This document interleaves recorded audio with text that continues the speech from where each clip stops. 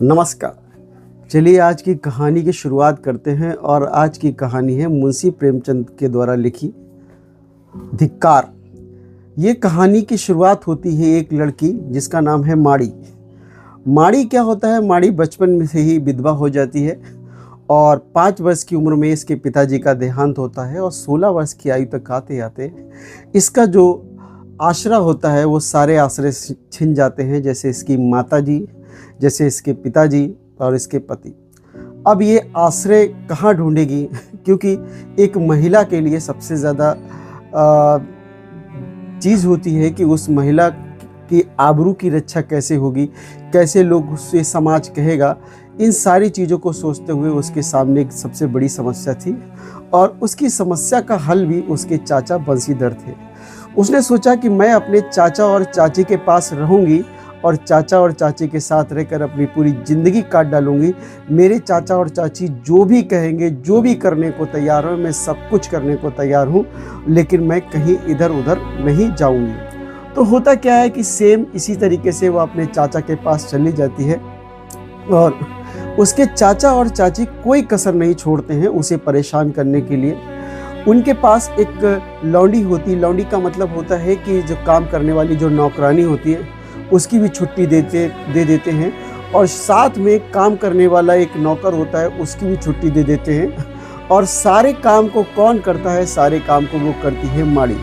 माड़ी सुबह से लेकर शाम तक सारे कार्य करती है, लेकिन कुल मिला के उसे सुनने को गालियाँ ही मिलती हैं और वो परेशान हो जाती है, बहुत परेशान रहती है, क्योंकि वो सुबह से शाम तक सारे काम करती, लेकिन फिर भी उसके चाचा और चाची उससे किसी ऐसा कोई मौका नहीं छोड़ते थे जिसमें उसको गाली गलौज ना करे और उसको अभागा और उल्टा वगैरह ना कहे। इसी तरीके से रह बसर से उसकी ज़िंदगी गुजर रही थी।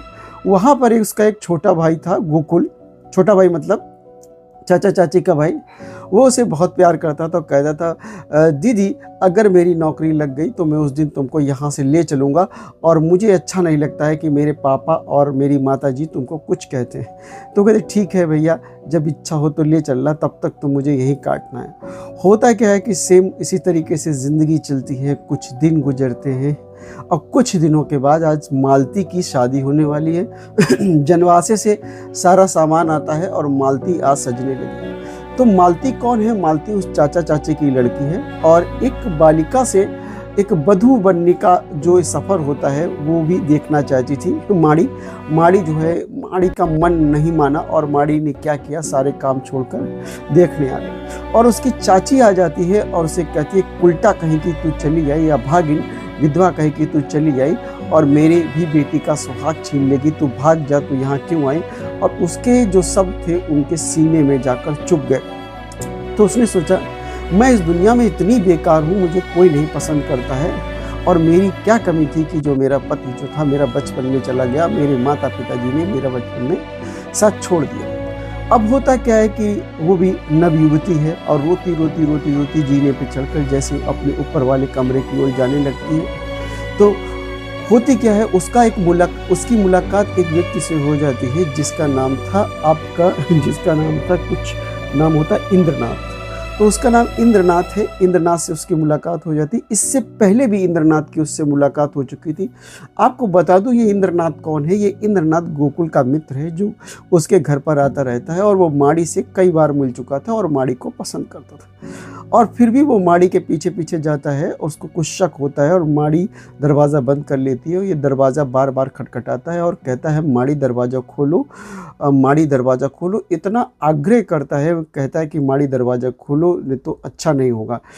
इससे पहले उस महिला के लिए किसी ने इतना बड़ा आग्रह नहीं किया था। वह महिला क्या होती है कि उस दरवाजे को खोल देती है और जैसे ही जो देवेंद्र नाथ होता है दरवाज़ा खोलता है, देखता है कि पंखे में एक रस्सी लटकी है और रस्सी देखकर वो समझ जाता है कि ये फांसी लगाने जा रही। वो तुरंत चढ़ता है और रस्सी को काटता है और कहता है कि तुम पागल हो, क्योंकि तुम्हारे लिए भी यहाँ पर कोई है जिसे तुम्हारी फिक्र है, तुम्हारी चिंता करता है और तुमको बहुत चाहता है और कोई है दुनिया में, तुम्हारा भी जीवन मूल्यवान है, अपने मूल्य वाले जीवन को समझो। तो वो कहती है कि मेरे इस दुनिया में कोई नहीं, मेरे चाचा चाची मेरी ये सब करते हैं और मेरा रहना इस दुनिया में ठीक नहीं। तो वो कहती है कि नहीं, तुम्हारा भी यहाँ पर कोई है जो तुमको तुम्हारी खैर खबर रखता है। तो ये बातें उसके दिमाग में चली जाती हैं और रोती हुई बाहर निकलती। तब तक गोकुल आ जाता है। गोकुल उसे कहता है कि भाई ये तुमने क्या किया मेरी बहन के साथ। अब गुस्सा हो जाता है, कहता है अरे दुष्ट, मुझे तुझसे इतनी उम्मीद नहीं थी। तो वो कहता तुम उस पर क्यों लांछन लगा रहे हो, मैंने तो तुम्हारी बहन को बचाया है, वो फांसी लगाने जा रही थी। तो वो ऊपर रस्सी देखता है तो वो कहता है कि ये बहाना बना रहा होगा, लेकिन फिर भी जो गोकुल होता है उसको उल्टा सीधा कहता है। तो कहता है तुम पागल हो, मैं तुम्हारी बहन से शादी करना चाहता हूँ और मैं तुम्हारी बहन को अपनी अर्धांगिनी बनाना चाहता हूँ, सहचारनी बनाना चाहता हूँ, क्या तुम इसके लिए राजी हो। उस गोकुल उसकी भावनाओं को देखकर समझ जाता है कि ये सच बोल रहा है, लेकिन उसकी इतनी हिम्मत नहीं थी कि इस बात को माता से कहता। तो देवेंद्रनाथ कहता है कि माता जी से कहो मैं उससे शादी करना चाहता हूँ। लेकिन वो जानता था कि मेरे माता और पिता इस बात को कभी स्वीकार नहीं करेंगे, वो उसको ताने दे के मार डालेंगे, लेकिन कभी इस बात को स्वीकार नहीं करेंगे कि वो हंसी खुशी जिंदगी जिए, एक विधवा का विवाह। तो वो सोचता है कुछ, कहता है ठीक है मैं माता से बात करूंगा, लेकिन उसकी हिम्मत नहीं पड़ती। तो वो देवेंद्रनाथ चला जाता है। कुछ दिनों के बाद ये अपनी माता से कहता है कि माता जी आज गोकुलनाथ के यहाँ कुछ उत्सव है और मैं माड़ी को ले जाना चाहता हूँ। कहते ठीक है माड़ी को ले जाना चाहता हूँ, ले जाओ। तो माड़ी मना कर देती, मैं नहीं जाऊँगा। तो माड़ी मना करती, कहते जा, यहाँ क्या करेगी उल्टा कहीं की या भागन कहीं की, तू जाए। तो वो क्या होता है, तांगा बुलाया जाता है। माड़ी और उसका भाई तांगे पर बैठता है। जैसे माड़ी चलती है उसका मन विचलित हो जाता है, कहता है भाई मुझे ले चलो, मैं अब आगे कदम नहीं रखूँगी, मैं अब नहीं जाऊँगी। कहता नहीं पागल, तू जी, तेरी भी ज़िंदगी है, तो मेरे माता पिता के चक्कर में अपनी ज़िंदगी ख़राब ना कर। तो ये उसे ले जाता है और अपनी नई बहू को देखकर देवेंद्रनाथ की माता आती है और उसका स्वागत करती है। देवेंद्रनाथ भी उसके साथ आता है, स्वागत करता है। इधर जो होता है गोकुल घर पर आता है और कहता है कि माँ मैं आ गया। तो कहता है क्या वो नहीं आएगी? कहे ये चौका बर्तन क्यों करेगा? कहे वो अब कभी नहीं आएगी, क्योंकि उसने देवेंद्रनाथ से शादी कर ली। इतनी बात सुनकर चाची के जो हौसले होते हैं वो परस्त हो जाते हैं और चाची उसकी भर के गाली देती। तो वो लड़का भी गुस्सा जाता है और कहता है कि माँ मैंने तुम्हारे गर्भ से जन्म लिया, मैं बहुत अभागा हूँ कि मुझे तुम्हारे जैसे माँ बाप नहीं चाहिए। दोनों में लड़ाई होती है, लड़का घर छोड़ देता है, चला जाता है। इसके साथ कुछ दिन गुजरते हैं और देवेंद्रनाथ जो था, जो माड़ी का पति हो गया था, अब वो मुंबई चला जाता है और काम करता है। और माड़ी और अपनी माँ को एक पत्र लिखता है, कहता है कि मेरा सारा कामकाज सेट हो चुका है कि अब तुम यहाँ पर आ जाओ।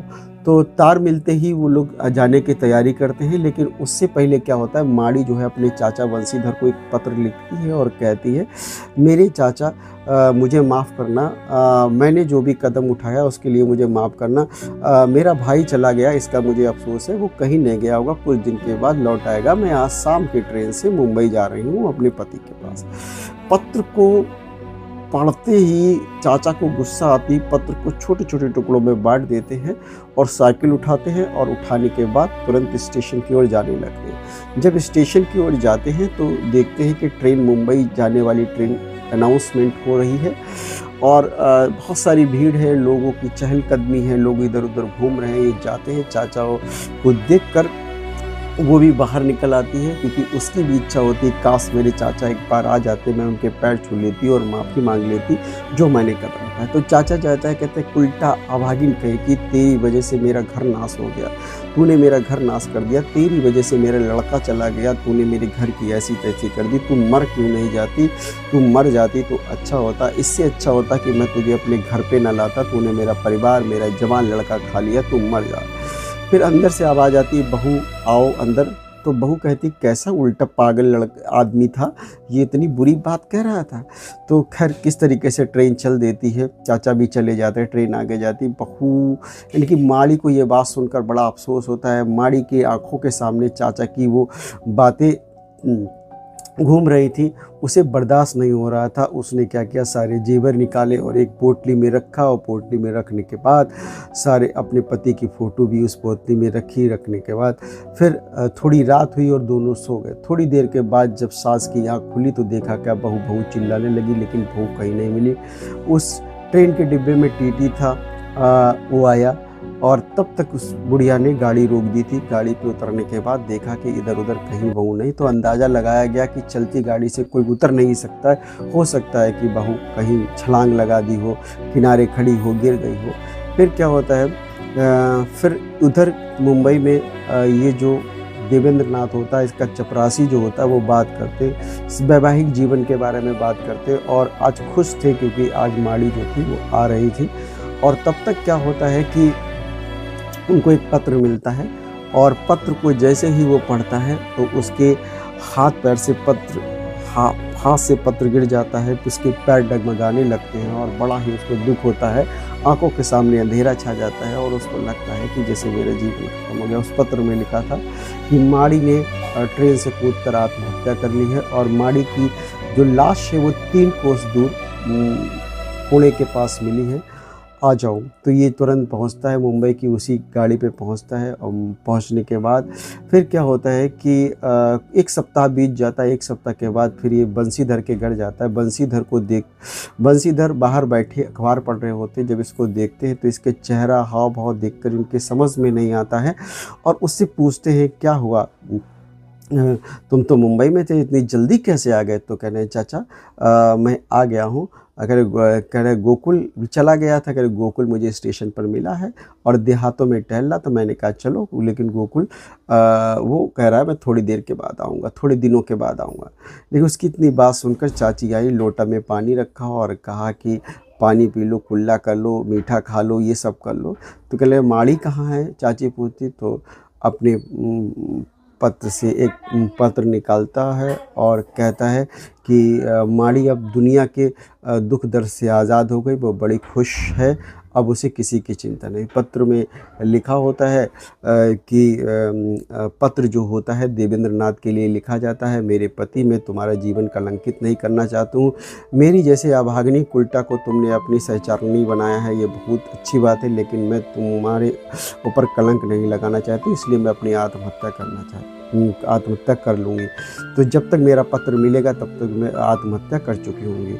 तो वो बताता है कि माड़ी की जो लाश है वो पुणे के पास 3 कोस मील पर मिली है। मैंने वहीं पर उसका अंतिम संस्कार किया, और मैं करने के बाद मैं ट्रेन से आ रहा तब आपका पुत्र मिला। ये पत्र को पढ़कर चाची की भी आँख में आंसू आ जाते हैं। चाचा भी बहुत ज़्यादा परेशान हो जाते हैं। लोगों के पास पश्चाताप के अलावा कुछ भी नहीं था। तो जीवन में कभी कभार हम लोगों के पास पश्चाताप के अलावा कुछ नहीं होता है। तो जीवन है, इसे सही से जिए, पढ़ते रहें, आगे बढ़ते रहें। ये मुंशी प्रेमचंद के द्वारा लिखी कहानी धिक्कार थी, और बताइएगा कि मेरी कहानी आपको कैसी लगी। ठीक है, चलते हैं, नमस्कार।